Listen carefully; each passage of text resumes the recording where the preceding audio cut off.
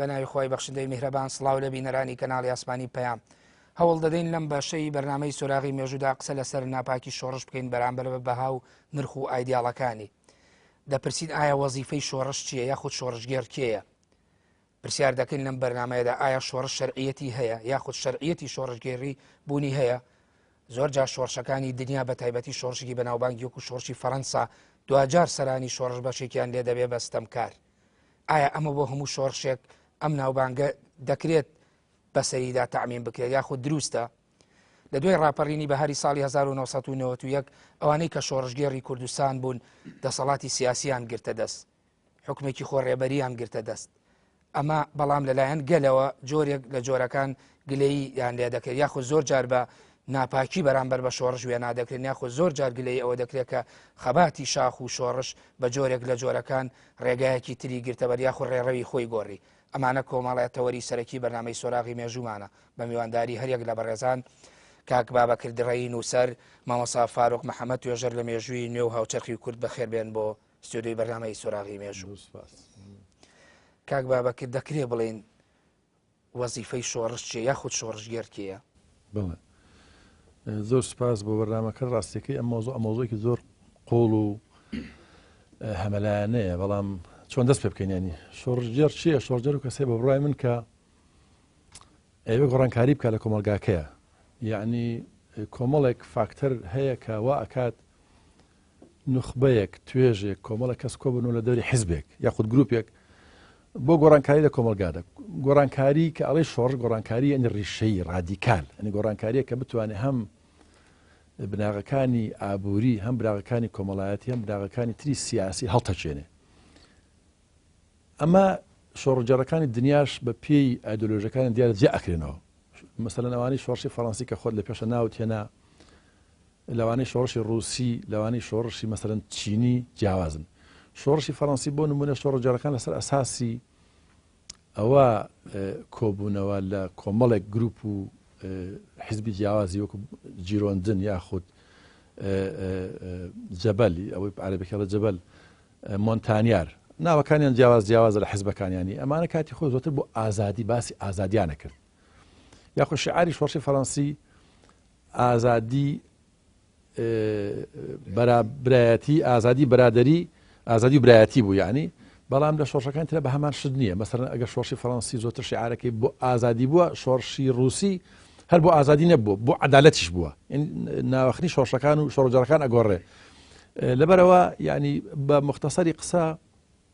بە بڕوای منەوەیە کە شۆڕجارەکان و کەسانە کە ئەنە گۆڕانکاری بکەن لە کۆمەلگادا بۆ باشتر، بۆ کۆمەلگایەکی عادلانەتر بە معنایەک، بۆ کۆمەلگایەکی شۆڕجارەکان باسی ئێمە باسی شۆڕژ دەکەین، باسی انقلاب و کودەتا ناکەین. لەبەرەوە ینی من تەسەورم وایە کە وەصفی یاخود پێناسەکردنی شۆڕجارەکان پێناسەیەکی تەقریبەن سابتە کە ئانەیە گۆڕانکاریی ڕیشەیی بکەن لە مەجالی ئابووری سیاسی و کۆمەڵایەتی.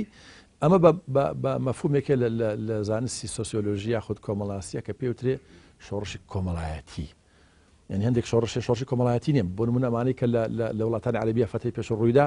شۆڕشی کۆمەڵایەتی نەبوو، نەیتوانیوە بناغە ئابووریەکان هەڵتەچێنێ یاخود بگۆڕێ، هەستا هەدەفیشی ئەوە نەبوو، ئامانجی شۆڕشەکانیش ئەوە نەبووە. این شۆڕجارەکان شۆڕجارە نەبوون بۆ گۆڕانکاری کۆمەڵایەتی قوڵ و ڕیشەی لە کۆمەلگادا. لەسەر هەندێک ئاسی سیاسی ویستوانە گۆڕانکاری بکەن و بۆ معنایە ئەتوانین بڵێن ئێمە شۆڕشی کۆمەڵایەتیمان هەیە، شۆڕشی سیاسیمان هەیە، یاخود بۆ ینی ئەوانەی کە گۆڕانکاری سیاسی بکەن بۆیە جیاوازیەکە لە بینی شۆڕجارەکان و ئەکرێ بڵێن لە ئەزمونەکانی مێژوودا ینی وەزیفە یاخود دروشمەکانی شۆڕش جیاوازی هەیە بە پێی هەلوو مەرج و بە پێی قۆناغە جیاوازەکان. بێگومان وەکو باسمە کرد تۆ ناوی هەندێک شۆڕش تێنا. شۆڕشی فەڕەنسی کە لە ئەساسەوە بۆ گۆڕینی دەسەڵات بوو لە چینی فیۆدالەوە لە چینی دەرەبەگەوە بۆ چینی بورژوازی دروشمە ئەساسیەکەی ئازادی و ئەگوت برایەتیش، ینی بەڵام برایەتی خۆ ئەوان کە ئەگە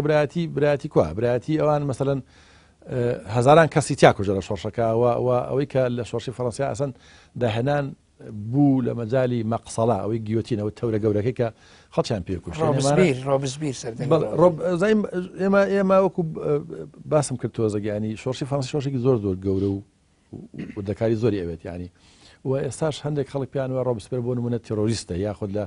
لە قۆناغی تیرۆرە لە قۆناغی کوشت و کوشتارە خراپی کردووە ئەم مۆزوعانە حەزەکەم جەناب و بیدرانیش بزان ئەم مۆزوعانە مەفتوحن بۆ مناقەشە ینی ئەوە نیە بڵێ ساغ بۆ تۆکۆیە من بخۆم پێم وایە ڕۆبسپێرێکی باشی کردووە چونکە مەسەلەن دانتۆن ئێستا مەجموعەیەک شۆڕژەرمان هەیە لە جەناحی چەپن هەندێکمان هەیە جەناحی یەمینن یا جەناحی ڕاستن لە جەناحی چەپ خۆشی لە شۆڕشی فەڕەنسیە ئەوانی دیسان دوو جەناحن جەناحی چەپ جەناحی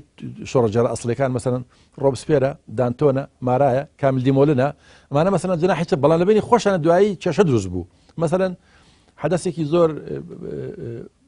عجیب هەیە لە شۆڕشی فەڕەنسیا کامل دیمۆلن کە ڕەفیقی ڕۆبسپێرە بۆ نمونەیەکێک لە شۆڕژەر هەر سەختەکان لەسەر چەند مەقالێکە نووسیوێتی ڕۆبسپێری خاتە سجن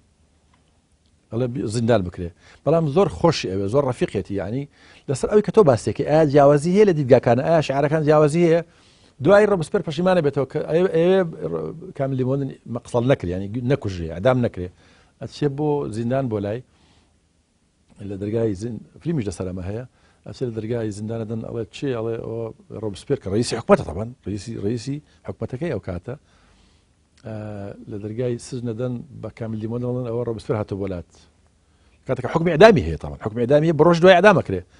ئەوە نە سەرسەخت لەم شۆڕژەرانەی ئەو زمانەی شۆڕشی فەڕەنسی ئەڵێ پێی بڵێن من ئەمڕۆم ئیشم هەیە بەیانی دوای سەر لێباتەوە ینی بەیانی ئەزانێت کە کوژرێت یعنی شۆڕشی فەڕەنسی ئەم گۆڕانکارانی کە لە فەڕەنسا کرا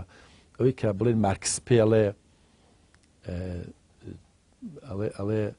چینی ئەقتا سەرەکانیان درەو کرا چۆن گەنمە دووریت ینی سەری چینی ئەقتاییان درەو کرد بۆی کە تەبەقەیەکی تازە بێت تەبەقەی بژوازیە بەڵێ مامۆستا فاروق بەپێی ئەوەی کە لە ڕووی تیۆریوە لە ناو مێژووە قسە لەسەر شۆڕش کرابێ ئایا هەموو شۆڕشەکان یەک ئەزمونە یەک پرەنسیپیانەیە لە ناو ئەزمونونەکانی مێژوودا کە ئیش بریتی بێ لەو پرەنسیپەی کە و کاک بابەکری هەمای بۆ کرد هەوڵدان بووێ بۆ ئازادی ئەکری هەموو شۆڕشێ بۆ ئازادی بووێ یاخود شۆڕشەکان لە شوێنێکەوە بۆ شوێنێکتر بەپێی هەلوو مەرجەکان و پێی قۆناغە جیاوازەکان گۆڕانکاریان بەسەرهاتووە بەڵێ زۆر سوپاس بەنای خۆی گەورە بێگومان شۆڕشەکان هەرێکەوە ئەزمموی تایید بەخۆی و لە قۆناغی جیاواز و لە سەدەمی جیاوازە ڕویانداوە بەڵام ئەکرێ بڵین هەموو شۆڕشەکان ئامانج لێی گۆڕینیە کە نایبنی شۆڕش بە مەفهومی شۆڕش بێتێت لە گۆڕینی سیستەمی حکومڕان و فەرمانڕەوای وەخت بە سیستەمێکی باشتر چاکتر جا چه ئازادی باشتر بێ سیستەمێکی سیاسی گونجاوتر بۆ منە لە پاشایەتی و بۆ کۆماریە بۆ شوارێکی حکومڕانی چ لە پێناو عەدالەتی زیاتر چی عەدالەتی کۆمەڵایەتی بێ عەدالەتی لە هەموو ڕۆکانی عەدالەتەوە کەواتە ئامانج بریتێ لە گۆڕینی سیستەمی وەقت وەخیاخ ئەو سیستەمێکە لە وڵاتە حاکمە و فەرمانڕەواکرێ بە سیستەمێکی باشتر بێگومان ینی ئازادی ئامانج بۆ هەموو شۆڕشێک هەر ڕاستە بەڵێ بێگومان زۆربەی شۆڕشەکان توانین بڵێن لە پێناوی ئازادیە بووە لە پێناوی سەربەخۆییە بووە ئەگەر بۆ نمونە دروشمی شۆڕشی فەڕەنسی ئازادی برایەتی یەکسانی بوو تۆ سیرکەی بۆ منە لە دروشمی شۆڕشی ئێرانە بە هەمان شێوە ئازادی ئیستیقلال بەپاڵای حکوومەتی ئیسلامی بۆ منە لە شۆڕشی وەرە شۆڕشی ئەمریکیەوە ئامانجی سەربەخۆی ئەمریکا بە لە وڵاتی بەریتانەکان کەواتە بەگشتی شۆڕشەکان ئامانج ئەنجا بۆ منە شۆڕشی ئەوەی کە ماندێلا سەرپەرشتێکی لە جنوبی ئەفریقا لە پێناوی نێشتنی پاکتاوی ڕەگەزی لە پێناوی عەدالەت لە نێوان ڕەش و سپیە لە نێوان چین و دۆژگانی کۆمەلگایە کەواتە توانین بڵین لەم فۆرمە دەرناچێت یاخود لە چوارچێ ئەم فۆرمە ئەسوورەدەوە کە بێت لە ئازادی لە هەموو ڕۆکانی ئازادی و سەربەخۆی لە دەسەڵاتی حکومڕای یاخود لە سیستەمێکی داگیرکەری بێگانە لە وڵاتدا واروە لە عەدالەتەوە عەدالەتی کۆمەڵایەتی عەدالەتی ئابووری عەدالەتی سیاسی واروە گۆڕانی ژیانی کۆمەلگا و خەڵک بەگشتی بۆ ژیانێکی باشتر و بێگومان ئەکرێ بۆ ژیانێکی باشەوە پێوی شۆڕشی برسیەکان زۆرجار بۆ نان شۆڕشەکرێ ئەمەش ناوەندرێ شۆڕش بەڵێ بێگومان پرەنسیپی کە پێ پرەنسیپی ئازادی بەڵێ بێگومان ئەوی شۆڕشە چکە دیقەت بینانی بەشی لە شۆڕشەکان لە ئەنجامی قەیرانی دارایی و نەبوونی نان و لە پاڵ شتەکانی گەشە ئازادی و چی سەرەوەدا شۆڕشی فەڕەنسی هۆکاری سەرکی برتی و لە قەیرانی دارایی نەبوونی نان برسێتی ینی خەڵکی بەگشتی داوای نانێ کرد ینی داوای هۆکاری سەرکی شۆڕشەوەی کاتێک کە خەڵک نەدارە خەڵک نانی نییە بیخوا پاشا خەریکی چۆڵی ئاهەنگە شەوانەکانێتی خەریکی ڕەوڕەسمە ئەوەی کە پارەی زۆری تیا خەرجەکە بۆ خانەدان و بۆ ئەوانە کە لە دەوری خۆی نزیکن کاتە بێگومانەوە کە لە پێناو نانەوە توانین بڵین شۆڕشە لە پێناو نان لە پێناو ئازادی لە پێناو هەموو هۆکارەکانی کە خەڵک پێویستە گۆڕانکاری تیا بگرن لە حاڵەتێکەوە بووە بۆ حاڵەتێکی باشتر بەڵام ئایا هەموو شۆڕشەکان ئەم ئەنجامە بەدیدێنن ئەوە بابەتێکی نقاشە هەموو شۆڕشەکان ئازادی بەدوادێ یاخود عەدالەتی بەدوادێ ئەمە ئەکرێ بڵێن ئامانجی هینی وەکۆڵە دەستپێکی هەموو شۆڕشێک بە شێوی هەرێمێکی قوچەکی یا پێچەوانە ئەبێ لە ناو خەڵکەوە بۆ ژیان و گوزەران سەرهەڵەدا یاخود زۆر جار نخبەیەکیش ئەتوانن شۆڕش هەڵگیرسێنن. بێگومان ینی بە دەرەجەی یەکەم کاڵێن شۆڕ ئێمە چەند جۆرە شۆڕشمانێ شۆڕشی جەماوەریمانە کە خەڵک داینەمۆیەتی خەڵک هەڵگیرسێنەری خەڵک هۆکاری سەرکێتی شۆڕشمانێ شۆڕشی چەکداری ئەمە لایەنێکی سیاسیە و چینێکی ئاواتی گۆڕانکاریان هەیە و چەکدار وانەوێت لە ڕێی کۆمەڵە پرەنسیپی حیزبی چەکداریەوە گۆڕانکاری بکەن بەڵام هەموو شۆڕشەکان پێویستیان بە ڕێبەراتیکردن هەیە ئەنج ئەو ڕێبەراتنی لایەن گروپێکەوە بێ حیزبێکەوە بێ لەناوان نخبەیەکەوە بێ یاخۆ هەنجار بۆ منە چەند نخبێک بەڵام کەسێک سەکردی هەموو ئەمانەیە کەسێک دیارە کاتە بەگشتی شۆڕژە بێ خەڵک پێی هەستێ چ ئەوەی کە ڕێکخراو بێ کە شۆڕشی چەکداری بێ خەڵک یا چەکدارە بەگشتی بەڵام بەلای شۆڕشی جەماوەری ئەمە خەڵک و شعب بێکجار هەڵەسێەوە بەڵام پێویستی بۆیە کە نخبێک کەسێک کاریزما یاخود ڕێبەرێک هەبێ ڕێبەراتی ئەم شۆڕشەکە تاوکو بەدینانی ئامانجەکانی شۆڕش بەڵێ کاک بابەکرد شۆڕش وەزیفەیەکی دیاریکراوی هەیە و لە ساتە وەختێکی مێژوویە کۆتایی پێبێت یاخود شۆڕش بەردەوامەتاوە لەگەڵ ژیانی مرۆڤایەتیدا هەر شۆڕشێک بێ ئەگە شۆڕشی پیشەسازی بێ ڕۆشنبیری بێ سیاسی بێ بۆ گۆڕینی سیستەم و نیزامێکی دیاریکراوە بێ لە کایی بەڕێوەبردنەوەی داریدا زانی لەم ئەمەش مۆزۆیکی وردە بەڵام پێم وایە وەزیفەی هەیە وەزیفەکەی لە شوێنەکە کۆتایی پێدێ ئەمە دووشت بەجیا بکەین شۆڕش ینی حرەکەی جوڵانێکی گەورەی کۆمەڵگا جایتر جەماوەریە وەکو دکتۆر باسیەکە یاخود مەسەن کەمتر لە جەماوەریە یان یاخود نخبەویە بەڵام حەزەکەم ئەوە ڕووبکەمەوە بۆ جەنابت و بۆ ئەوانەی ئەمان بینن ئەسڵ پرەنسیپ لە کەونە حرەکەیە لە کەونە حرەکە هەمووشە لە حرەکەدایە بەڵام ئەسڵ لە کۆمەلگاکانە حرەکە نیە استقرارە يعني أصلي كومالجاكان برانسيبي أصلي قاعدة جيان لكومالجانا استقرار تسباوية يعني نبوني جاو قراق الرؤوة يعني لبروا أجر أصله برانسيبي كون جيان يونيفيرس أو هموش اللي جولده أما راسته بلام لكومالجانا همون روجك مظاهرانية همون روج شورجنية همون روجك يكتكشتنية لفترة كديتو قبل شو نك بوسته بو چونکە کۆمەلگا لە کاتی شۆڕشا هینیتیا يعني لە فترێکی غەلەیانە لە قوڵبدانە لە ڕەنگە لە خەڵک لێدرێ خەڵکە کوژێ خەڵک ینی برسیە بێگومان ینی ئەبێ ئەم فترەی شۆڕش یاخۆ فترەی گۆڕان فترەی ئەوەی کەپیوترێ گۆڕانکاری ئەبێ بڵێن دیاریکراو بێ دوای مدەی خۆی ئەبێ تر بگات بە هەدەفێک یا نازم مەگایانەگا ئەو کاتە خۆی شۆڕشەکە شۆڕشیشەیە شکستە خوا بەڵام مەسەلەکەت چییە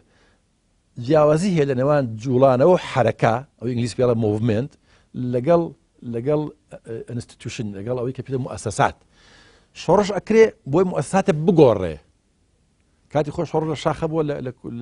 لە کوردستانە تا ئەوەی کە بتوانێت لە ناو شارە دەستگا و دامەزاوە دروستکە و دروستی کردووە پڕەمان دروست بووە ئەوە لێگەڕێ کەسە چۆنە ینی بەڵام ینی ئەم حرەکەیە ئەم جوڵەیە بۆ ئەوەی کە استقرار دروست بکە شۆڕشی فەڕەنسی لە ساڵی 1989 تا 1994 بەردەوام بوو تەبەن 4-5 ساڵ بەردەوام بوو بە هەندێک ڕێی هەیە تا 1990 بەردەوام بوو تا هاتنی ناپلیۆنیش بەردەوام بووە بەڵام گەحساب بکەی لە 10 ساڵیشە ئەم حرەکە بەردەوام بووە کوشت و کوشتار بوو ئیتر قەتڵ و عام بوو مەسەلەن فترەی ترمیدۆری هەیە فترەی ترۆر هەیە فترەی ڕۆبسپێر هەیە بەڵام دوای ناپلیۆن هات استقرار بوو ڕاستە ئەوی شەڕی کرد شەڕەکان ئەویش تا 1940 خان يعني هەمووی 20 ساڵ کاتە نقطە کۆتایی هەیە بێگومان نقطەیەک هەیە چونکە کۆمەلگا وەکو نەخۆشی وایە بە ئینسان چۆن نەخۆشێکی بۆ دێ مەسەلەن نەخۆشەکەی ترە بێت تێپەڕێ چونکە بەشەر پێویستی بە استقرار هەیە چۆن لەش ئینسان نابێ هەموو ڕ تای لێبێ ئەم تایات کوژەیەکە تا لێبێ ئەبێ بگا بە استقرار بەڵام ئەم مۆزوعە ئەوەیە گرنگەکەی ئامانجە مقدسەکان لە کاتی شۆڕش و حرەکە باز دەکرێن ئامانجە پیرۆزەکان باز دەکرێن شعارە جوانەکان ئازادی بەرابەری برایەتی بەڵام کە ئەچێتە مۆزوعی مؤسسات ئەمانە کاڵا بنەوە بۆ ئەوش مۆزوعی کتێبی قسەی لێ بکرێت من ئەمەوێ ینی پرسیاری ئایا یعنی ناپاکی هەیە شۆڕژ وەکو تۆ باس کرد ئامانجی ئایدیاڵی هەیە مژدەی هەیە بەهای هەیە خۆشببینی هەیە گەشتبینیە بە کۆمەلگاڵەیە سیستەمی سیاسی و دەسەڵات ئێمە پێی گەیشتین ئەمانە ئەەکەین بەڵام دوجار ئەوەی کە پێوتی خیانەتیان ناپاکی لە ناو شۆڕشدا ئەمە یەکە گرێتەوە لەگەڵ بەها و مژدە و ئایدیاڵەکانی شۆڕشدا ئەزانی ئەمە قاعدێکی سابتی نییە من دوو نمونە باسەکەم نمونەی شۆڕشی ڕووسی لەگەڵ شۆڕشی ئەمریکی شۆڕشی ئەمریکی بەغەڵەتی پەرلەمانی بەریتانی بە پێی ڕێی باربارە تاکمەن کە مێژونوسی گەورەی ئەمریکیە بریتانیەکان زوڵمیان لە ئەمریکیەکان کرد کە خۆی کۆڵۆنی خۆیان بوو، ینی خۆ جەناب دەزانی ئەمریکا تابعی بریتانیا بوو، بەڵام زەختیان کرد بۆ باجیان لە ئەمریکیەکان لەسەر ئەمریکیەکان ئەسان شۆڕشیان کرد و ئەو شۆڕشی ئەمریکا پیاوی گەورەی و جۆرج واشنتن و فلان هاتنە پێشەوە توانیان کە شۆڕشەکە سەرکەوتوو بێ و بریتان دەرپەڕێن خۆیان بوون بە حەکمی خۆیان و ئێستا ئەمریکا لەو کاتەوە تا ئێستا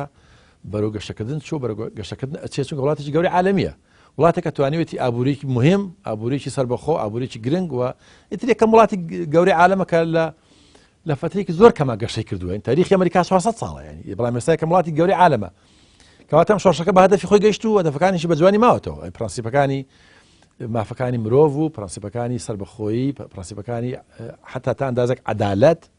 عەدالەتی سەرمایهداری لەوێ هەیە. کەواتە شۆڕش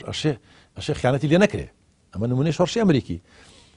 بە هەندێک ڕێی شۆڕشی رووسی بۆ نمونە ئیدعای سۆسیالیزمێ کرد. لینین و هاوڕەکانی هاتن بە سەدان کتێبیان نووسی، مەقالەیان نووسی کە ئەمان بەڵێ بەرەو ئەوە ئەسن شۆڕشێکی عەدالەتێکی ئیشتراکی حاکم کەن لە رووسیا بەهۆی شۆڕشی بەرچەفیکیەوە. بەڵام لە 1970 شۆڕشەکە سەرکەوتوو بوو، 1924 لینین مرد و دوای لینین ستالین هاتە حکم کە ستالین هاتە حکمەوە تا 1953 حکومەکە لە فترەی ستالینیە فترەیەکە کە ئامانجەکانی شۆڕش پێچەوانە ئەبێتەوە. عەدالەت حاکم نابێ، ئەو عەدالەتی ئەو یەکسانی کە چەپەکان کە کۆمونیستەکانی ئەو زمانە ئیدعاەکە سەردەمی لینین و ترۆتسکیشان دەکرد تەبەن لە رووسیا. ستالین هات هاوڕێکۆرەکانی خۆشی هەمووی کوشت، زینۆفیف، کامینێف، بوخاری، روڤراژنسکی هەمیانی کوشت بە ئیعدامی کردن. بەڵام هەوڵیا شتێکی تر بکە، لە جیاتی عەدالەت هەوڵیا کە رووسیا بکە وڵاتێکی سەرمایهداری دەوڵەتی پێشکەوتوو و تەحەدای غەرب بکەوە تەمان کردی بەو شێوێ. بە کوردی ئەوەی کە تۆڵی خیانەت بەڵم پێم وایە خیانەت دەکرێت. حەسەن ترۆتسکی کتێبێکیە بە ناوی شۆڕشی خیانەت لێکراو. تەمە ترۆتسکیش هەر کوژرا 1940 لە مەکسیک کوشتیان، ستالین تەمە کوشتی. کەواتە ئەکرێ شۆڕش خیانەتی لێ بکرێت. بەڵێ لێکرێ. بەڵێ ماوەسا فاروق، ئەوەی کە پرسیاری لە کاک بابەکر کردم، تۆ شتێک تێ لەسەرەوەی ناپاکی هەیە لە شۆڕشە یاخود با بە دیوێکی دیکا بڵێن کەواتە ئەو خەون و ئەو ئامانج ئەو خولیا ئەوەی کە لە ناو شۆڕشە هەمیشە باسەکرێ جۆرێک نییە لە خەڵەتان دنیایەوە تۆ پیاەک نییە دوجار هێنانە دییان مەحاڵە بێ. هەرچەند کاک بابەکر هەندێک نمونەی شۆڕشی ئەمریکای نایەوە ئەوەی ئەمریکیەکان کردیان هەتا ئەم چرکە ساتەش بەشێکی زۆری لە ناو یعنی دەرهاوی شتەی مژدە و خەیاڵاتەکانی شۆڕشە لە ڕووی پراکتیکی وەژین. بێگومان شۆڕشەکان ئەکرێ شۆڕشەکان سەرکەوتوو بن لە قۆناغە ئەوەی کە ئامانجی دێت لە گۆڕینی سیستەمی باو بیگۆڕەوە سیستەمێکی نوێ بێنێتە ئاراوە. ئەمە وەکو گۆڕانکاری، بەڵام ئایا توانێت هەموو ئامانجەکانی شۆڕش بێنێتە ئاراوە یاخود بێنێتە دی؟ ئەمە لە شوێنێکە بۆ شوێنێکی جیاوازە. بۆ نمونە ئەگەر مامۆستا نمونەی ئەمریکا هێنەوە، فێرەن لە ئەمریکا شۆڕش توانی سەرکەوتوو بێ. دژی داگیرکاری بریتانی شۆڕش کرا و ئامانجی خۆی پێکا و ئەو کەسێک کە سەکردەی شۆڕشی ئەمریکیە کە بریتێ لە جۆر واشنتن وەسەرۆکی لیژنەی نووسینەوەی دەستور بوو و هەروە دووس خول حکومڕانی یاخود بڵێن سەرۆکاتی حکومەتی سەرۆکاتی کۆماری ئەمریکای کرد، بەڵام دوای دەستبەرداری دەسەڵات بوو. کاتە شۆڕش ئامانجی خۆی پێکا و وڵات چوە سەر سکەی خۆیەوە تا ئەمڕۆ بینین بەڕێوە ئەچێت. بەڵام ئەگەر بڵێن ڕاستگۆ بوو یعنی شۆڕش لەگەڵ ئەتوانین بڵێن شۆڕش دروشمەکانی خۆی هێنایەجێ یاخود ئەوەی کە خەڵک پێ ئاواتی بخواست پێگەیشت یاخۆ تا ڕادێتوانین بڵێن شۆڕش لەگەڵ خەڵکە ینی نەگێ با بڵێنمە لە شوێنی ڕادگۆ لە شوێن ناڕازگۆی بۆ بەس ینی ئامانجی خۆی پێکاوە تا ڕادێک توانین بڵێن ئەمەی هێناوەتە ئاراوە. بەڵام ئێمە شتێکی بیرمان نەچێ بەگشتی قساکەین حاڵەتی ئیسنامان هەیە نەزعەی دەسەڵات خوازی، پاوانخوازی، قۆڕخکاری لەناو هەموو تاکێکی دەسەڵاتدارا هەیە، لەناو هەموو سیستەمێکی حکومڕانیدا هەیە بەگشتیە هەنە حاڵەتمان هەیە تیای نییە. بۆ ئەمریکا بەو شێوەیە نەبوو و نێلسۆن ماندێلا بەو شێوەیە نەبوو، دوای خولێک لە سەرۆکایەتی واز دێنێ تەنها خولی دومیش کە خۆی تەرشح ناکاتەوە. بەڵام ئەگەر سێکی ئەمە بۆ هەموو شۆڕشەکان وایە نەخروانیە. بۆ نمونە بێنیەوە لە شۆڕشی بۆ نمونە گەلانی ئێراندا کە ئەم شۆڕشە کە تەواوی گەلانی ئێران دەست بەکار بوون تیا شۆڕشیان کرد و بە تەواوی حیزب سیاسیەکان حیزبەکانی جەبهەی میلی لە حیزبی مجاهدینی خەڵک لە حیزبەکانی ئیلی ئاخری بە هەموو گەلوونەتەوەکانەوە بە کورد بە فارس بە تورک بەڵام دێتە سەر ئەنجامی شۆڕش سەرکەوتوو بوو، سیستەمێکی لا بە شاهنشایی سیستەمێکی هێنا ئاراوە. بەڵام ئازادی بۆ تەواوی کۆمەڵگا هێناوەتە ئاراوە؟ ئایا هەموو کۆمەڵگا ئازادە؟ هەموو کۆمەڵگا یەکسانە؟ عەدالەتی سیاسی و کۆمەڵایەتی ئیلی ئاخری هەیە؟ بێگومان توانین بڵین بەو شێوەیە نییە بامان شو لە وڵاتانی کە کاتی خۆی تۆگەر دیقەت بێ لە سەردەمی جوڵانەوەی کەمالیە بزنەوەی کەمالیە دەوڵەتی عوسمانی ڕوخان سیستمی کۆماری تورکیای نوێی هێنا ئارا بەڵام هەر ئەتاتورک دەستبەرداری دەسەڵات نابێت تا ئەو کاتێک کە ئەمرێت تا کۆچی دوایی لە دەسەڵات ئەمێنێتەوە سیستمێک پەیڕەوەکە سیستمی تاک حیزبی نەبوونی ئازادی سیاسی ئەمانە بکەی بە کەرەستەی ئەوەی کە لەش ئەمانە پیانە وترێ ناپاکی بەرامبەر بە شۆڕش و پرەنسیپەکانی شۆڕش من ناوی ئەنم ئەوەی کە ینی سیستمی ناپاکیە لادانە لە خودی پرەنسیپەکانی شۆڕش ئەمانە لادان لە پرسیپەکانی شۆڕش و ئامانج لێی بریتێ لە پاوانخوازی و دەسەڵاتخوازی لەلایەن فەرمانڕەوەیەک یاخود تاکێکی حکومڕانەوە و بیرمان نەچی ینی ئەم نەزعەیە لە لای زۆربەی ئەوانەی کە لە دوای شۆڕش هاتوون هەیە ئەوانەی بە ئەو سەرکردانی کە بە شایەتی شۆڕژێرەوە دێن بەخوانی ڕەوا بین ماف بەخوانە دێن کە تاو کاتێک کە ئاەوێت تاو کاتێک لە ژیانە بن لە دەسەڵاتە بن بێگومان لە حاڵەتەکانە بێت کە بە دەستور بە سیستەمێکی تۆکمە بە یاسایەکی مۆدێرن و هاوچەرە ڕێگە لەم تاگڕەوی لەم نەزع و لەم دەسەڵاتخوازیە بگری ئەگەر ناتوانین بن زۆربەی شۆڕشەکان ئەوانەی کە بەرەنجامی شۆڕش دێنە سەر حکم بە ئاسانی دەستبەرداری دەسەڵات و حکومڕانی لە وڵاتە نابن بەڵێ بۆچی ئەو وەڵامەی ماسە فارغونەکەم بە پرسیارێ بۆ تۆ کاک با بکرد یعنی ئەکری عیلەتەکە یان نەخۆشیە ئەو ناکۆچی کە لە نێوان دروشمەکان و دواتر لە ناو دەسەڵاتە بەدینەهێنانی ئەو دروشمانە لە ناو شۆڕشە یعنی ئێمە بۆچی بگەڕێنەوە بەڵام ناوبڕێ وەرەگەم دوای ناوبڕەکە وەڵام بەرەوە بینەرانی بەڕێز و خۆشەویست ناوبڕێکی کوروەردەگرین و دەگەڕێنەوە لاتان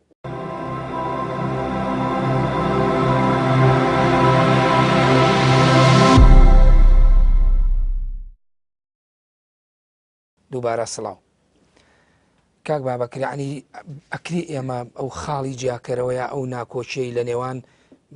بەجێهێنانی دروشمەکان و پرەنسیپە قوڵەکانی شۆڕش و ئامانجەکان ئەوەی کە کرێ بە یۆتۆپیایەک و بە هەشتێ بۆ کۆمەڵگا و بۆ خەڵک دروستەکرێ بەڵام دواتر ئەمە بێ بە دۆزەخێک ئەکرێ ئێمە یعنی بە وردی دەستنیشانی ئەوە بکەین ئەمە لە چیە و سەرچاوەگرێکە لە زۆر لە شۆڕشەکانە ئەمە زۆر جابێ بە مەحاڵ ئەوەی کە تۆ نمونەی ئەمریکا دێناوە لەوانەیە نمونەیەکی یعنی حاڵەتێک بێت بەڵام دیاردەکان زۆرتن کە هەمیشە ئامانجەکانی شۆڕش وەکو خۆیان ناگەیەنەجێ زانی کاگەرە من دیدگام جیاواز لەوەی جەنابەت ینی من پێم وایە بەو دەرەجەیە نییە ینی خیانەت و یاخود پشکردنە شۆڕش بۆ دەرەجەیە نییە کە جەنابەت تەسویرێکی دیارە جەنابەت حەقتەوە تەسویرێکی بۆی کە ئێمە قسە بکەین مەسەل لە سەردەمی شۆڕشی فەڕەنسیا 1970 بۆ 1994 ینی تەوان زۆر کەس پیان وایە کە بۆ نمونە کە وەختێک کە دانتۆن ئەعدامەکرێ مەقسەڵاکرێ نیگوێتین لێدرێ ئەین شۆڕش خیانەتی لێکراوە چونکە نە ئەبووە ڕۆبسپێر وای بکردا لەگەڵ هاوڕێکی خۆی کە دانتۆنە مەسا وەختە کە مارا ئەکوژرێ بۆ نمونە ئەو شالوت کووردا لە ناو حەمامەکای کوژێ خەڵکی پێی وایە کە ئەمە خیانەتە لە شۆڕش وەختێک کە ڕۆبسپێر خۆی ئەدرێ بە ئیعدام مەقسەڵە کەسانە پیان وایە ئەمە خیانەتە بەڵام تۆ کۆی پرۆسەی شۆڕشەکە تەماشاکەین ئەمە گرنگم خاڵە کۆی پرۆسی شۆڕشی فەڕەنسی تەماشاکرد لە 1970 بۆ 1994 و دواتر سیستمی ئابووری و کۆمەڵایەتی و سیاسی نەقل بووە لە ئەقتاعیەوە لە دەربگاتیەوە بۆ سیستمێکی برژوازی بەڵام ئازارەکانی زۆر بووە ئەم ئازارەکانی زۆر بووە ینی شۆڕشی ئێرانی بۆ نمونە کەسانە پیان وایە ئێستا ئێران هەر دیکتاتۆریە و ئیستبدادە بۆ نمونە بەڵام هەر خەڵکی زۆر عاقلی ڕۆشنبیری ئێرانی یاخود مێژونوسی گەورە هەیە ئەڵێ بەڵێ لە ئێستا ئێران کە مکوڕی هەیە بەڵام ئێستا تەماشای پەرلەمانی ئێستا ئێران بکە لەگەڵ پەرلەمانی زمانی شە عەرز و ئاسمانی فەرقە لە پەرلەمانی ئێستا ئێرانە ئەکرێ هەندێک موناقەشە بکرێ کەواتە ئەوەی جەناب و هێمای بۆکەی من خوێنمەوە یعنی تۆ شۆڕش بە شێوە فراوانەکەی سەرکەوتووە بەڵام ئەو ئەوانەی تی پێوتێ کەم و کورتیەکانی کەم و کورتی یەک فەقەرە هەیە ئیزافێکم ئەمە گرنگە ینی ئەمە پەیوەندیە بە نوخبە ینی ئەو نوخبەی وڵاتەکە بەو نوخبە سیاسەکەیەوە کە نوکە ڕمبەکەیە لەگەڵ دەوروبەرەکەشی بۆ نمونە ڕوونی کەمەوە نوخبەیەک هەیە کە شۆڕشەکە ئەکا بۆ نمونە ئیتر سیاسەکان ئەوانەیە چنە بەر مەنەسەکان منبەرەکان قسەکەن فلان و نوخبەیەک ترێ بە دەوری ئەوانەوە ئیتر کە بڵێن بە ئینگلیزی پێڵە باکبانچەرز ئەوانەی کە پشتیوانی ئەوانە ئاکەن ینی ئەگەر ئەم نوخبەیەکی زۆر ڕێوشنبیر و بە خاوەن کەلتور بێ بێگومان شۆڕشەکە بە عقارێکی معقولە ئەڕوات تا ئەخیر ینی خۆ ئەگەر وانە بێ بێگومان کەموکوڕەکان زۆرە بن وە ڕەنگە تەمەڕودیشی تیاڕوودا بۆ نمونە من باسەکەم بڵین تەفسیلکەم تەماشا بەریتانیا بکە بەریتانیا 1215 بەنامەیەکە بە ناوی ماگنا کارتە یا میثاقی گەورە منشوری بزرگ ینی ئەمە کە لەو کاتەوە دەسەڵاتی شایان کەم کردوێتەوە مەزموعێک لە ئەقتاعەکان و مەزموعێک لە بارۆنەکان ینی بەڵام تا ئێستاش کە ئێستاە نخبەی سیاسی بریتانی دیفاع لە ماگنا کارتاکە ئەی پارێزێ بە مقدەسی تەماشاکە کە هیچ کەس جورئەت ناکە بڵێ ماگنا کارتای خود مەشهوری قانونی گەورە ی ساڵی 1215 خراپە. ئێستا بریتانی خۆ دەزانی دەستوری نییە تا ئێستا دەستوری نییە بەڵام کە دەستوری نیە لە ماگنا کارتاوە دواتر تعدیلاتی قانونی بووە حتا شۆڕشێکیش بووە شۆڕشی کرۆمویل تەبەن راپەڕین کە پاشان ئێدام کرد کە پاشاش ئێدام کراوە لە بریتانیا دیسان هەر ئەو قانونی محترم دائنێن کە 1215 پسند کراوە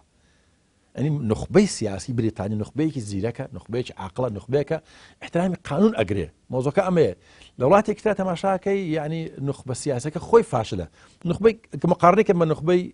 رووسی بە پێی قسەی مفەکرێک ئەڵێ بۆچی شۆڕشی رووسی شکستی هێنا نەیتوانی عەدالەت و سۆشیالیزم لە رووسیا بچەسپێنێ بۆ چونکە لینین و هاوڕەکانی نایانتوانی بەدیلێکی اقتصادی کامل طرحکەن بۆ ئەوەی کە دوای سەرکردنی شۆڕش ئەم بەدیلە جێبەجێ بکەن توانیان قەیسەر بڕوخێنن توانیان سیستمی سیاسی بگۆڕن بەڵام نەیانتوانی سیستمی ئابووری بگۆڕن سیستمی ئابووری رووسیا دوای سەرکەوتنی شۆڕش هەر ئەساسە سەرمایه‌دارەکەی مایەوە هەر گۆڕانکاریی بەسەر هەر لە سیستمی سەرمایه‌داری تایبەتیەوە بوو بۆ سیستمی سەرمایه‌داری دەوڵەتی دەوڵەت بوو بە ئالیها دەوڵەت بوو بە هەموو شتێک دەوڵەت وایە مەسەڵەن لە رووسیا پێش نەوەت پێش ڕسقوت زمانی خرۆشۆف و ستالین بۆ نمونە کە پارچەپەنیرە دروستکە بە حکومەت بزانێ ئەم پارچەپەنیرە دروستەکەی بۆ چۆنە بێ تەداخلی دەوڵەت لە ئابووریا بە ئەندازەیەک بوو کایتر وڵاتەکەی پەخست و پەکەوت هەڵۆشایەوە ینی لەبەرەوە من قسەکەی بنەوەیە کە ئەگەر نخبەیەکی خاوەن کللتورێکی بەهێزی سیاسی و ئابووری و ڕۆشنبیری نەبێ بێگومان حتمما پاشەکشاکە وەکو لە کوردستان ئەیبینی ئێستا بەڵێ مامۆستا فاروق شۆڕش میراتگیری هەیە یاخو شەرعیەتی شۆڕش چییە ئایا شۆڕش شۆڕشێکە بۆ عام و بۆ گشتی وەکو کاک بابەکریش پێشتر باسی کریانی ئەکرێ ئێمە نقطەیە دانین و بڵێن ئەمە شۆڕش تەواو بوو کۆتایی هات و گەشتین بە ئامانجەکان بەڵام دوایی ئەکرێ ئەوەی کە شۆڕشی کرد و شۆڕش گێڕ بووە بڵێ ئەمە میراتی منە وەکو کەلتورێک بۆی بمێنێتەوە بتوانێت بە جۆرێ لە جۆرەکان ستەمکاریە دیکتاتۆریەت بەسەر بەهاو بەسەر دەستکەوتەکانی شۆڕشەوە بکات ئەوەی کە لە ئەزمونونەکانی مێژووە بینرا و هەیە و ئێستای خوێنینەوە بۆ قۆناغی ئێستاشەوە بەڵێ خۆی لە بنەڕەت تا شۆڕش پێویستە لە بەژۆندی گشتی کارکە و ئازادی و یەکسانی و عەدالەت بۆ تەواوی کۆمەلگا بێنێتە ئاراوە بێگومان ئەویش لە هەرنجار لە ڕێگەی گۆڕینی سیستەمی سیاسیەوە ئەگەر دیقەت بین ینی شۆڕژ وتمان لە قۆناغیا سەرەکەوێت بەڵام ئایا دوای شۆڕژ ئەو ئامانجانی کە شۆڕشێتی ئەتوانێت بۆ تەواوی گەل و کۆمەلگا بێنێتە دی بێنێتە ئاراوە ڕەنگە لەو کۆمەلگانی کە فرە نەتەوەن بۆ نەتەوەیکی دیاریکرا و ئامانجی خۆی پێکابێ بۆ منە لە تورکیا بۆ نەتەوەی تورک جوڵانەوەی کەمالی ئامانجی خۆی پێکاوە دەوڵەتی هاوچەرخی بۆ تورکیا دروست کردووە پێی وایە دەوڵەتی یەک نەتەوەی لە ڕابردەوەی کەمال ئاتاتورک بناغی بۆ داناوە بەڵام ئەگەر دیقەتوی بۆ کورد بۆتە سەرچاوی نەهامەتی وە بێگومان ئەو بزوتنەوەی کەمالیە کە کورتیا هاوکارەوە بە ئامانجی دنیایشی باشتر بۆ خۆی بە نسبەت کورد و ئامانجی خۆی نەپێکاوە بەڵکو دەسەڵاتێکی گۆڕی ڕەنگە لە هەنێکیان بۆ نمونە پیانەوە دەسەڵاتی پێشووتر باشتر لەوەی کە لە بەدوای خۆیدا هاتووە بە هەمان شێوە بۆ ئەگەر سی ئەوەی ئێرانیشکەین بە هەمان شێوە بۆ نەتەوەی فارس ئامانجی خۆی پێکاوە بەڵام ڕێگەی ئێستا لە نەتەوەی کورد بپرسی بێگومان پێی وایە بەتەکی دواشە کە ئازاد نییە و مافی خۆی پێنەدراوە واروە ناتوانێت تەنانەت بە زمانی دایکی خۆی بخوێنێ و بنووسێ کاتە لە شوێنێکە بۆ شوێنێکە جیاوازە بەتایبەتی لە وڵاتانی کە یەک نەتەوەن ئەتوانین بڵێن ئامانجی خۆی تاڕادەیەک ئەپێچیە بەڵام بەیش بۆ ڕەهایە نییە هەنەجار تۆ دێی دەسەڵاتی حکومڕان ئەگۆڕیت بە دەسەڵاتی چکە کە هەمان بە شێوازێککە لە فۆرمێکیکەیە هەمان سینەری ئەو دووبارە ئاکات بۆ نمونە چیمانێگە نمونەیەکی زیندووتر باس بکەی بۆ بینەران بەڵێ بۆ نمونە گەر دەوڵەت تۆ بۆ منە سیستەمی پاشایەتی گۆڕی بە سیستەمی کۆماری لە وڵاتی لە وڵاتەکانە جیاوازی نێوان سیستەمی کۆماری و سیستەمی پاشایەتی چییە ئەوەیە کە لە سیستەمی پاشایەتی پاشا تا ئەمرێ لە حکومای بە دوای خۆی بۆ نەوەکەیە بێ بۆ کوڕی دێتە خوارەوە سیستەمی کۆماری ئەوەیە کە تۆ سیستەمێکی ئازادانەیە گەل سەرچاوی دەسەڵاتەکانەوە گەل بەشدارەکە لە دیاریکردنی حکومڕانی خۆی بەڵام بینی کۆمەڵی سیستەمی کۆماریمانێن لە وڵاتانی شەرق و لە وڵاتانی عەرەبیە بە هەمان بە تامی پاشایەتیە تۆ سێریکەوە لە سووریا سیستەمی کۆماری هەیە بەڵام لەوەتی هەیە بڵێن دوای باو کوڕەکەی دێتە سەر حکوم کاکە لە کۆماریە بەم شێوەیە نەبێ ئەوە سێریکە لە میسر بۆ نمونە حوسنی مبارەک هەوڵی ئەدا کە بۆ نمونە دوای خۆی کوڕەکەی بێنێتە شوێنی خۆی ئەوە جگەلەوەی کە لە 1950 کە شۆڕش کرا جەماعەت عەبدولناسر تامر لە سەر حکم و دواتر سادات تا بڵێن کوژرا لەسەر حکم بووە مبارەک تا کۆتایەکانی تەمەنی لەسەر حکم بوو لە ئاخری ئەویست ڕێگە خۆشکە بۆی کوڕەکەی بێتە شوێنی ئەمە بەگشتی کەواتە ئامانجی خۆی وەکو تەمەکاڵن ئامانجی بڵێن ئەمانە دەستکەوتی شۆڕشەوە بە میراتگیری کۆتایی دەیانێ وەکو میرات دەستکەوتەکانی شۆڕش بچن بەڵێ بێگومان ئەیانێ وتمانوانە کە شایەتی شۆڕژگەڕیان هەیە ئەو مافە بەخۆیان ئەدەن ئەو پێی وایە حەقی خۆیەتی کە بۆ منە گەل داواکە ئەم لەسەر حکم نەمێنێ ئەم تاکی فەرمانڕەوە پێی وایە گەلە زوڵمی لێکات چونکەم لە تێڕوانینی خۆیە پێی وایە ئەم شۆڕشی کردووە خەپاتی کرد ئەو مافەی هەیە کە فەرمانڕەوایی حکومڕانی دەسەڵات بۆ خۆی و دوای بۆنەوەکانی قۆرەخکە خۆی مسۆگەریکە ئەگەر بینە بۆ منە نمونەیەکی ناوخۆی هەرێمی کوردستان بینەوە لە ڕابردووە بۆ منە کە شۆڕش کراوە تەواوی خەڵکو و جەماعەتیا بەشدار بووە بە ڕاپەڕینی بەهاری نەوەتویەکەوە بۆ خۆشگوزانی بۆ تەواوی کۆمەلگا ئەتوان بڵێن دەستکەوت کە ئێماڵێن دەستکەوت ڕێژەیە توان ڕێژەیەکی باش دەستکەوت بەدی هاتووە بەڵام ئایا ڕێژەی تەواوی یاخۆ شۆڕش لە هەمتەوان لە هەموو شوێنەکان بەگشتی ئاماجی لە ساسی خۆی پێکاوە ئەتوان بڵێن نسبەیەکی باش پێکای دەڵێن نسبەیەک هەرماوە پرسیارە بکەم یعنی ئایا ئەو پێوەرانەی تۆ بۆ شۆڕشەکانی تری دنیاە نایەوە لە دوای ڕژەمی پاشایەتی بۆ کۆمەڵە شۆڕش بەتەوی لە دنیا عەرەبیدا ئایا ئەو پێوەرانە بۆ شۆڕشەکانی کوردیش هەر ڕاستە؟ بڵێ بێگومان ئەگەر لەو چوارچێوە ئەم پێوەرانانی بە ڕێژەی ئەگۆڕێ بەڵام بەگشتی تەواوی شۆڕشەکان ئەم پێوەرانە شمولیانەکە جا هەیە بە ڕێژەیەکی ئیجابی زیاترە سلبی کەمترەوە هەیە بە پێچەوانەوە ئەگەر سەیری هەرێمی کوردستان کەین بۆ نمونە دەستکەوت بەدی هاتووە دامەزراوە هەیە موەسسات هەیە لەگەڵەوەی کە ئێستا من هەرچی پێنێکیان پێشی کەوتووە بەڵام دوجار بناغەیەکی حکومڕانی و بۆ ئایندەی دەوڵەتداری بناغەیەک دانراوە بەڵام ئایا بناغەیە تۆکمەیە ئەم بناغەیە بەهێزە ئەم بناغەیە تەواوی ماف و عەدالەتی بۆ هەموو خەڵکی هەرێمی کوردستان بەرجەسە کردووە ئایا حیزبێک لایەنێک تاگی فەرمانڕەوە بنەماڵەیەک لە هەوڵی ئەوەدا نییە کە بێ دەسڵات بۆ خۆی و بۆ کوڕەکانی و بۆ بنەماڵی خۆی مسۆگەر بکە بێگومان وتمان ئەم حاڵەتانە ئەم نەزعەیە لە ناو تاکی فەرمانڕەوایە هەیە بەڵام ئەبێ چی بێ ئەبێ گەلێکی وەشیار و خۆی بە پێی نخبەی سیاسەکە مامۆستا باسیکی دەوری هەیە ئەو نخبەیە کە دەسەڵاتدارە تا چەند ئاسی سەقافی و ئاسی تێگەیشتی و بنەمای خۆ پابند و بنەماکانی شۆڕش لای خۆی چاچەند هەیە ئەمە دەورە بینێ بەڵام ئەگەر بوونی نەبێ یاخود ئەگەر ڕێژەی بوونەکەی لاواز بێ کەم بێ پێویستە گەلێکی هۆشیار هەبێ و مؤسسەیەکی جدی هەبێ کە ئەم مستانە لە ڕێگەی یاسا و دەستوری و کۆمەڵک بنەماوە ڕێگری بکات لەو دەسەڵات خوازیە ئەگەر نا لەو حاڵەتەیە تۆ دەسەڵاتێکی گۆڕیەوە بە دەسەڵاتێکیکە سیستەمێکی بنەماڵەیەت گۆڕیوە بە ئامان سیستەمێکی باشتر بەڵام دوجار ڕەنگە ناوەکەی جیاواز بێ بەڵام لە ناوەڕۆکە و هەمان تامی ڕابردوی هەیە بەڵام بەچی بە جیاوازی کەسەکان و بە جیاوازی زمان و بە جیاوازی ئەو نخبە سیاسی کە حکومڕانیەک. بەڵێ سوپاس کاک بابەکرد ڕاپەڕینی بەهاری ساڵی 1991 ئەندازەیەک ئەوەی کە بەشێک لە توێژەران ئەیبین جۆرێک لە وەکو هێڵێکی جیاکەرەوە بۆ لە نێوان دوو قۆناغی سیاسی مێژووی سیاسی کووردا سەردەمی قۆناغی پێشەکە قۆناغی شۆڕش و خەباتی شاخ بوو دواتر ڕاپەڕین کرا و حکومێکی نیمچە خۆڕێبەری لە باشووری کوردستان هاتە دی. ئایا لەم حکومە خۆڕێبەریەدا کورتوانی ئەگەر بەو پێوەرانە بۆ پێودانگانی کە باسی شۆڕشمان کرد ئامانجەکانی شۆڕش و پرەنسیپەکانی شۆڕش بهێنێتە دی؟ ڕاستەکەی ئەبێ باسی بکەین کەمێک باسی بکەین هەندێک ئامانجی بەدی هاتووە هەندێکی بەدی نەهاتووە ئامانجەکانی ئەوەی کە پەیوەندی هەیە بە ئازادی ملەتی کرد بە شێوەیەکی گشتی لە حکمی بەعەس و لە حکوومەتی سەدام بێگومان بە حکمی هاتنی ئەمریکا شەوانە بەدی هاتووە تا ئەندازەیەک و ئازادی ئابووری یعنی کار و کەسابەت بحکمەوەی کە لە عێراق و لە منتەقەکە سەرماداری حاکم ئەوە شەربەدی هاتووە بەڵام ئەوەی کە پێوترێ عدالەت کە مەفروضە حکوومەت جێبەجێکە و دیموکراسی کە ئەویش پێویستە نخبە جێبەجێکە ئەوە گرێتە جێبەجێ نەکراوە ینی من دێ مۆستا قسەکەی پێشووتری خۆم نخبەی دەسەڵات نخبەی سیاسی وڵاتەکە پڕکەم و کورتیە کللتورەکەی باڵانیە و نەیتوانانی خۆی پێ بگەێنێت ئەم نخبە سیاسی ئەمە خاڵکی گرنگە لەسەر حیزبەکەوەتۆ گرنگ نییە مەسەر نخبەی سیاسی بریتانی ڕەنگە لە حیزبی عمال و حیزبی محافظین و حیزبی لیبرال دموکرات و لە مەجموعی حیزب بەڵام هەمویان لەسەر مەجموعە نۆرم متفقن ئەم شخصیەتە سیاسیانە هەمویان لەسەر مەجموعەیەک خاڵی هەمویان بۆ نمونە مەگناکارتیان قبوڵە مەشوری گەورەی بریتانی کە 1215 کاتی خۆ بڵاوکراوەتەوە هەبوو ینی لە کوردستانە نخبە سیاسیەکە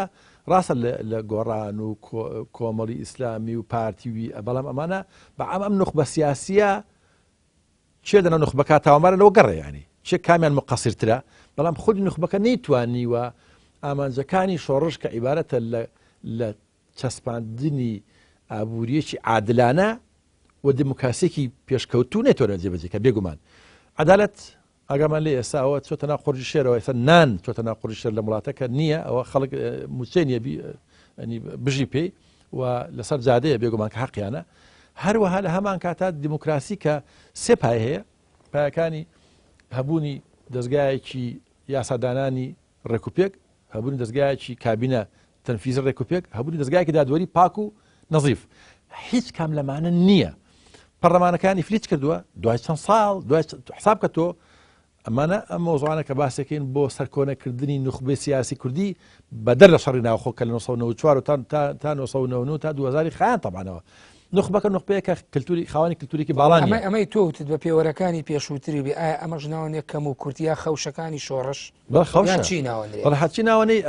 کرێنایبنی خیانەت لە شۆڕش ئەوە ئازادین ینی هەر کەس تعبیری خۆ پێم وایە لەمانە تعبیرانە هەموو دروستە بەکاربۆ ناپاکی لە شۆڕش ئەزانی ئەم تعبیران تعبیری ئەوی کە فارس پێڵ دڵبخواهین ینی بە میزاجی کەسەکەن ینی کەسێک توندا ئەڵێ خیانەتە کەسێک گەڵێ نەخێرەمە کەم و کورتیە من پێم وایە ئیتر هەر ناوەک هەرچی بێ ئێمە لە ئامانجەکە و دوورین ئامانجی ملت هەموو ملەتێکم دنیاە ئازادی و عدالەتە هەموو ملەتی هەموو بەشەر هەدەفی بەشەر ئازادی لەگەڵ عدالەت یانێ ئەمە شتێک نییە زۆر ئین بێ و ئامانجی سیاسی کۆمەلگاکان بۆ دووشتە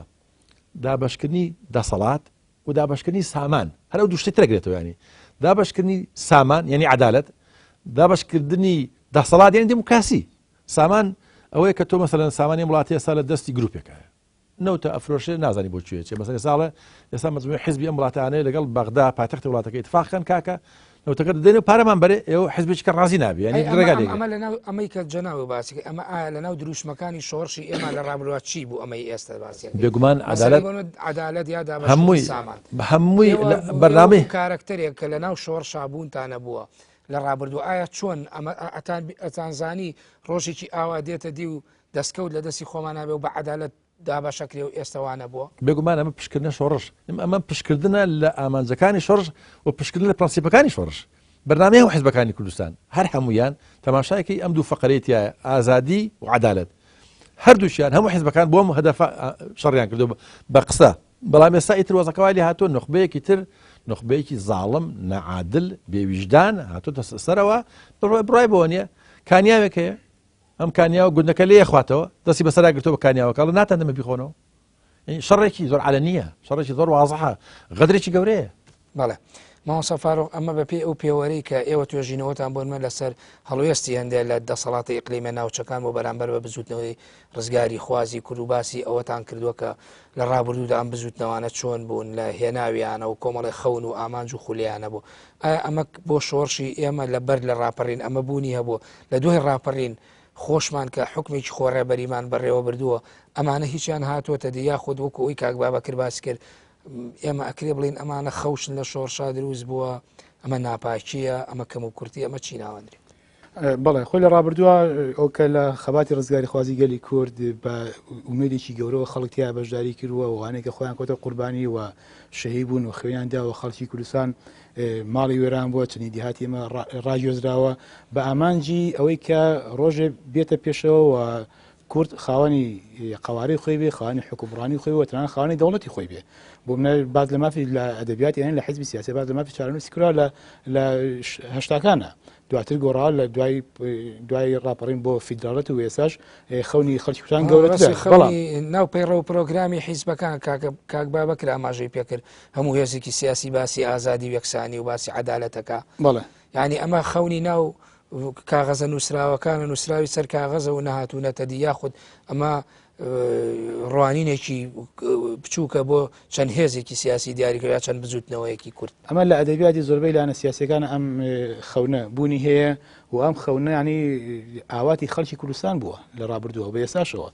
خەڵکی کوردستان کە کارێت چۆتە شاخێ هەدێ کەسێک هاوکاری شۆڕشی کردووە و کەسێک لەو پێناو قوربانی داوە بە ئامانجیەوەی کە دنیایکی باشتر و سیستەمێکی سیاسی حکومڕانی باشتر و سیستەمی بێتە ئاراوە کە عدالەتی کۆمەڵایەتی و عدالەتی ئابووری و عدالەتی سیاسی و دیموکراسی بێنێتە ئاراوە و سیستەمی بێت کە تەداولی سوڵتەکەەوە بێگومان بنەمای سەرکی دیموکراسیە بێتە ئاراوە ئازادی لە هەموو ڕۆکانی ئازادیەوە لە ئازادی ڕادەڕین لە ئازادی ڕۆژنامەنووسی لە ئازادی سیاسی ئەمانە هەمووی بێت ئاراوە بێگومان لە هەرێمی کوردستان ئەمڕۆ ئەمانە نسبەیەکیمان هەیە و تەوتمان ئەمە شتە ڕێژەیە ڕێژەوە سەر و پرسیارە بڵم بۆچی ئەمانە ناکرێ بۆ ئامانجەکان بۆ خەونەکانی شۆڕژ ناکرێ بە واقع بەڵێ لەبەرەوەی کە دێمە سەرەوەی بدایەت کە وتم نخبەیەکت هەیە حیزبێکت هەیە تاچێکت هەیە بنەماڵەیەکت هەیە لە دوای هەموو شۆشگان ئەیانەوێت دەسەڵاتی خۆیان بچەسپێنن ئەیانەوێ سیستەمی یاخود دەسەڵات لە ئەو وڵاتەیە بۆ خۆیان و بە سیستەمێکی بنەماڵی بێنە ئاراوە ئەجار ناوەکەی هەرچی بێ شەر نییە ناوی پاشایەتی بێ بە ڕەنگە ناوی کۆماری بێ بەڵام سیستەمی بێت ئاراکە دوای خۆی حکومڕانی بۆ کوڕەکەی بۆ بنەماڵەکەی قۆڕەکە بێگومان کە ئەمە لە ڕێی هەموو ڕێیەکانی قۆڕەکاریەوە لە ڕووی هێزی سیاسی ئەو حکومڕ ئەو لای ئەو بێ باڵادەستی سیاسی واروە هەیە سەربازی لای ئەو بێ جاکڵین لای ئەو لای بنەماڵەکەی لاینەوەیەکی لای کوڕێکی و دەسەڵاتی ئابووری لای ئەم بێ هەموو ئەمانە بەکاربێنێ بۆی کە ئەو خەونانەی کە هەیەی بۆ خۆی بۆ دەسەڵاتەکەی لەڕێی ئەمانەوە کارتی فشارێک وەکو فشار وەسەر تەواوی کۆمەلگا ئەم ئاماژانی خۆی بینێت ئارەوە ئەبین هەموو دەسەڵاتدارەکانی کە لەسەر حکومڕانی لا ئەبرێن ئەو کاتێک کەشەوەی کە ئەمە خاوەنی دەیان ملیار دۆلار و لە ڕابردووشە و بەڵام سێرەکەی شابەکەشیان هاوکات برسی بووە یاخود وەکو پێویست ژیانێکی شایستەی بۆ دابین نەکراوە ئەمەمان باتەوە سەر ئەو حکایەتە کۆنانەی کە هەر پێشتریش باسماکردنەوە ئەزمونونەکانی مێژوودا بۆ هەموو شۆڕشەکان وا بۆ ئێستا هەمان بە هەمان مۆدیل و تایپەوە جارێکی تر لە قۆناغێکی جیاواز و گۆڕاوترا دووبارە بێتەوە ئێوەکو مامۆسایەکی مێژوو ئەگەر سەیری مێژوو بکەی لە مێژوو ینی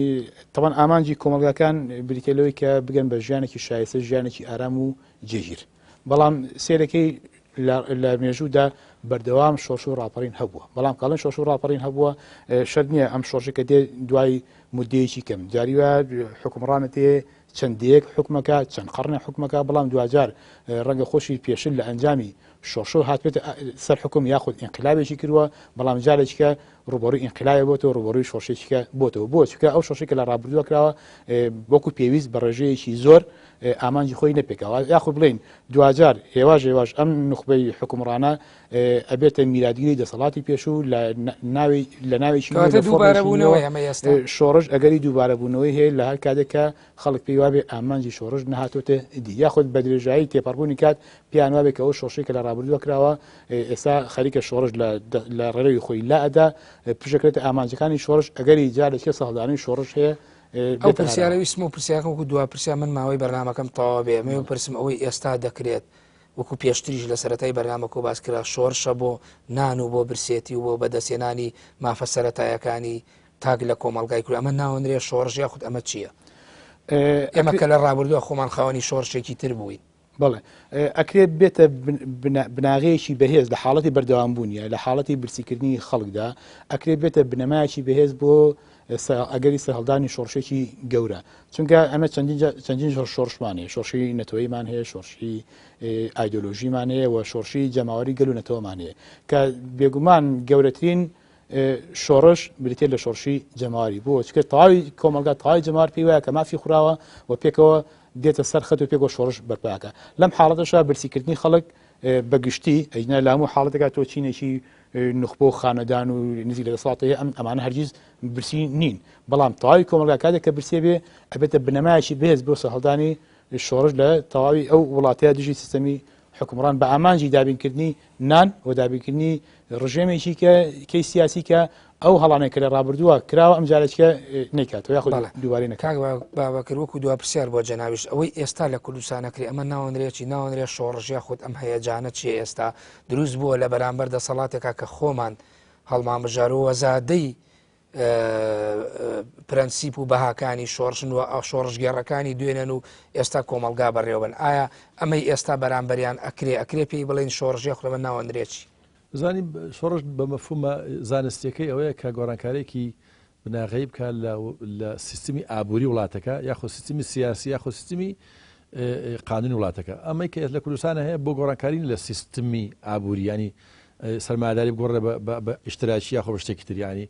و بۆ قەڵبکردنەوەی پەرلەمانیان دژی ئەوەیە کە پەرلەمان نامێنێ سیستەمە بگۆڕێ ئەمە ناڕزایەتی خەڵکە بەمانە زانستیەکەی شۆڕ ئەمێ تعریفەکەی گۆڕانکاری بکات لە سیستمی ئابووری و سیاسی وڵاتەکەیە ئەمە بۆ ئەوە نییە ئێوێ ناڕزایەتیە بۆ مافێکی خوراو کە هەیە ناڕزایەتێکی جەماوەریە بۆ بەدەستێنانی مافی حەقی خۆیان کە موچەیە پێ دوایە شۆڕش خۆی هەمیشە نەزعەیەک یان ڕەهەندێکی درێژخایانەیە بۆ نمە شۆڕش جیایە لە ڕاپەڕین ئەگەر ئێمە وەکوی ماوەسەفاروق وتی ئەکرێ ئەماگە درێژە بکێشێ بنەمایەکی ئەساسێکی قایم بێ بۆ شۆڕشێک لە ئایندا هیچ بە دوور نییە ئەزانی ئەم شتانە مۆزوعەکە جاری وایە شتێک لە عیلمە لە زانستە معنایەکی هەیە لە تەبلیغات و ڕیکلام معنایەکتری هەیە مثلەن ئەمە لە وڵاتێکە تۆ دشتی وڵاتێک ئیشەکەی بۆ نمونە ئەڵێ ئەم وڵاتی زۆر کۆنەپەرستە حەقە بڕوخێ بەڵام لە ئەساس ڕەنگ کۆنەپەرست نەبێ بۆ دەرەجەیە ینی مەسەن شۆڕجەکانی ئێران ئێستا ئەڵێن ئێران وڵاتێکی واوە فلان فلانە بەڵام لە ئەساسا بڕوان بەوە نییە بەڵام لە تەبلیغاتەوە ئەڵێن ئێستا لە جادا ئەمە پێوترێ شۆڕش و حەقیانە خەڵک وا بڵێت چونکە شۆڕشە بۆ معنای کارێ گۆڕانکاری بکەن وەزی خوانە بەڵام تۆ باسی زانستی بکەی معنای زانستیەکەی شۆڕش بەڵێ ئەوەیە کە بێ گۆڕانکاری مەسەن سیستمی ئابووری وڵاتەکە لە سەرمایه‌داری بگۆڕ بە شتێکی تریان ئێوە شۆڕشە مەسەن شۆڕشی فەڕەنسی سیستمی ئابووری لە فیۆدالیەوە هێنا بۆ برژوازی بۆ سەرمایه‌داری سیستمی رووسیا شۆڕشەکە ئەویست لە سەرمایه‌داری بێنە بۆ ئیشتراکی یعنی ئەمە بەڵام ئەوە ئێستا نەڕەزایەتێکی ڕەوایە خەڵکە بەکوێ ئەگا ئەوە سڵتە ئازانێ کە بەکوێ ئەگا بەڵێ سوپاس بۆ بابەکرد ڕێی نووسەر سوپاس بۆ فاروق محەممەد توێژەر لە مێژوینی و هاوچەرخی کورد سوپاس بۆ ئامادەبوونتان لە بەرنامەی سوراغی مێژوو بینەرانی بەڕێز و خۆشەویست بەم شێوەیەتمە کۆتایی سوراغی مێژووی ئەم جارە تا سوراغێکی دیکە بەخۆی گەورە و میرەوانتان دەسپێرم خواتان لەگەڵ کاتێکی خۆش بۆ هەموو لای